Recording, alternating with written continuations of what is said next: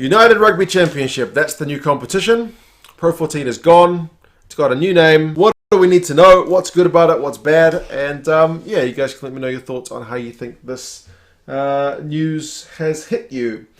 So the United Rugby Championship is the new name for the Pro 14. I guess they potentially could have gone with Pro 16 because it's going to be a 16-team competition.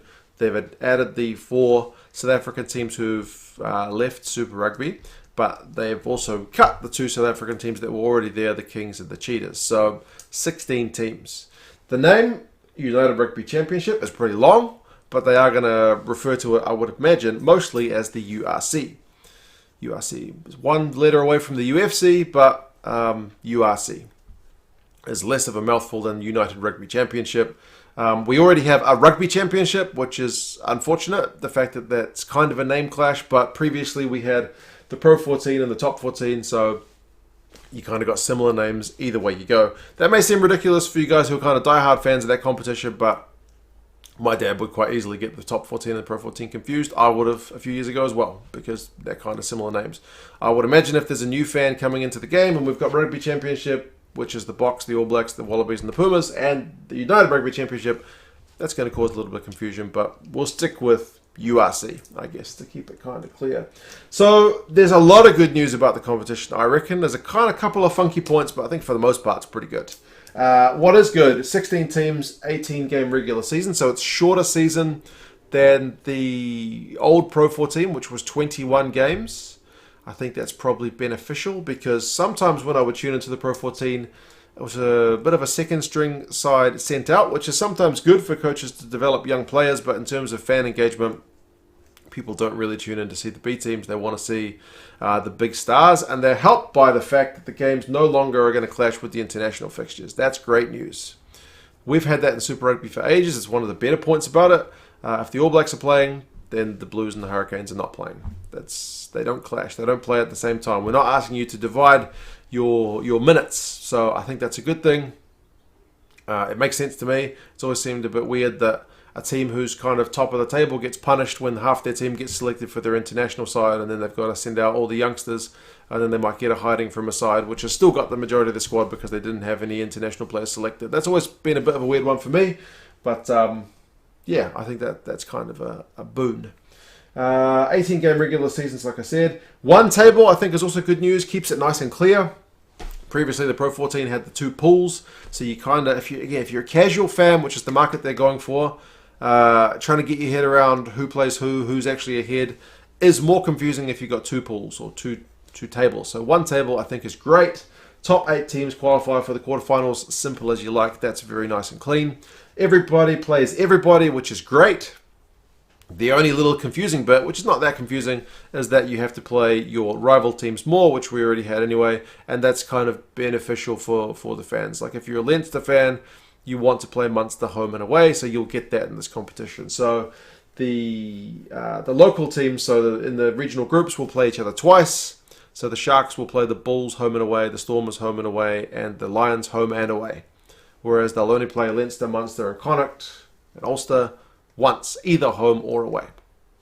Likewise, the Italians and Scottish and Welsh teams. So I think that's a pretty good way to do it. If you get into a competition where one team manages to avoid a certain team because they just didn't draw them this year, then that's kind of stink. If you got to avoid Leinster or the Bulls or one of the traditionally strong teams, then that would just not look as fair. I mean, the most you've got at the moment is, oh, well, we've got to play Leinster away. That sucks. I'd rather play them at home. I don't think that's too big a deal. I think the way they've done that is pretty clear.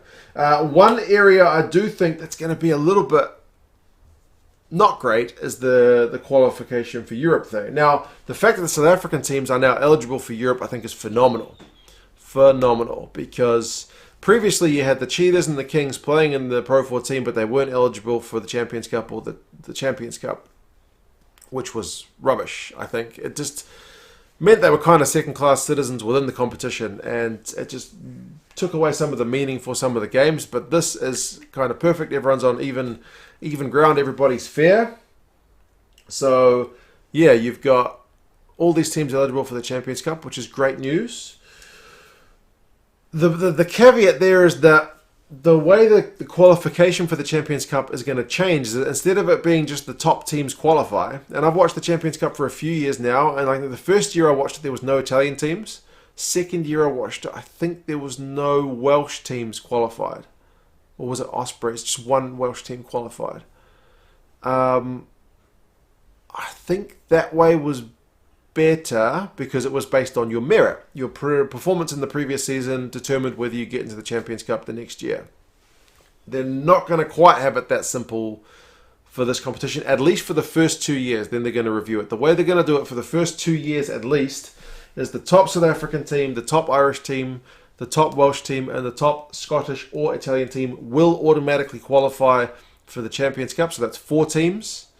And then taking these 4 teams out of the table, the main table, then the remaining top 4 teams will also qualify. So you'll have 8 teams qualify, 4 based solely on merit, and then 4 based on were they the top team in their pool.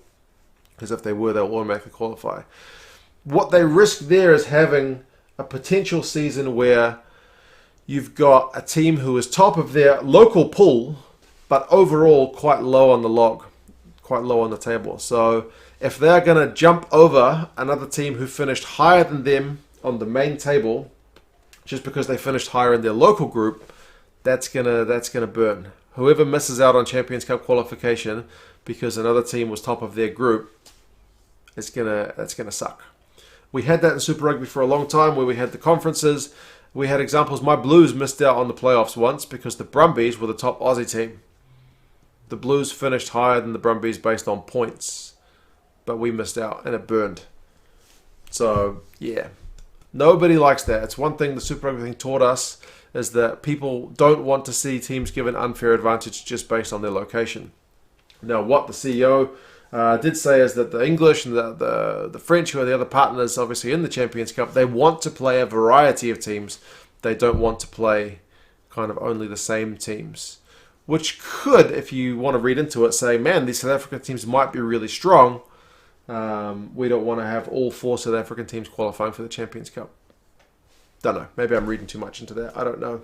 But yeah, overall, I think I'm pretty happy with it. Did I talk about the free broadcasting thing? Can't remember. They're looking at free broadcasting potentially in UK and Ireland, not for the whole competition, but at least for some of the games. The CEO basically said there's 150 odd games, so there's no reason some of them shouldn't be free to air. That's what brings in your kind of casual fans who might end up signing up for subscription services or whatever later. That's great news. More rugby free to air is definitely great news. I can only see rugby declining in areas where we've gone behind paywalls. I'm sure rugby interest in New Zealand is way down since we went behind a paywall.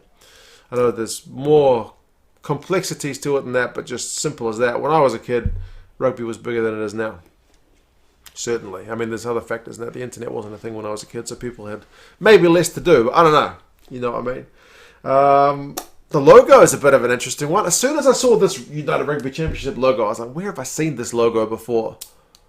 And it's the San Diego Legions logo, isn't it? Pretty much. Pretty much. Or maybe someone's been watching a bit of the MLR. But yeah, like I said, all eligible for Europe. Great news. Everybody plays everybody. Great news. You still keep the local rivalries. Great news. Shorter season. Doesn't clash with internationals. Great news. Qualifying for Europe is a bit funky. The name's a bit long, but no longer than Super Rugby Aotearoa. So, URC is what it is. The logo seems like one I've seen before. Hopefully some free-to-air games. But yeah, overall, pretty happy. You guys let me know what you reckon. Are you pretty happy for the way they've kind of sorted this out? It is September, which is not that far away. We will be seeing some United Rugby Championship, some URC games. But yeah, you guys let me know your thoughts. And yeah, I'll talk to you guys again soon. See you later.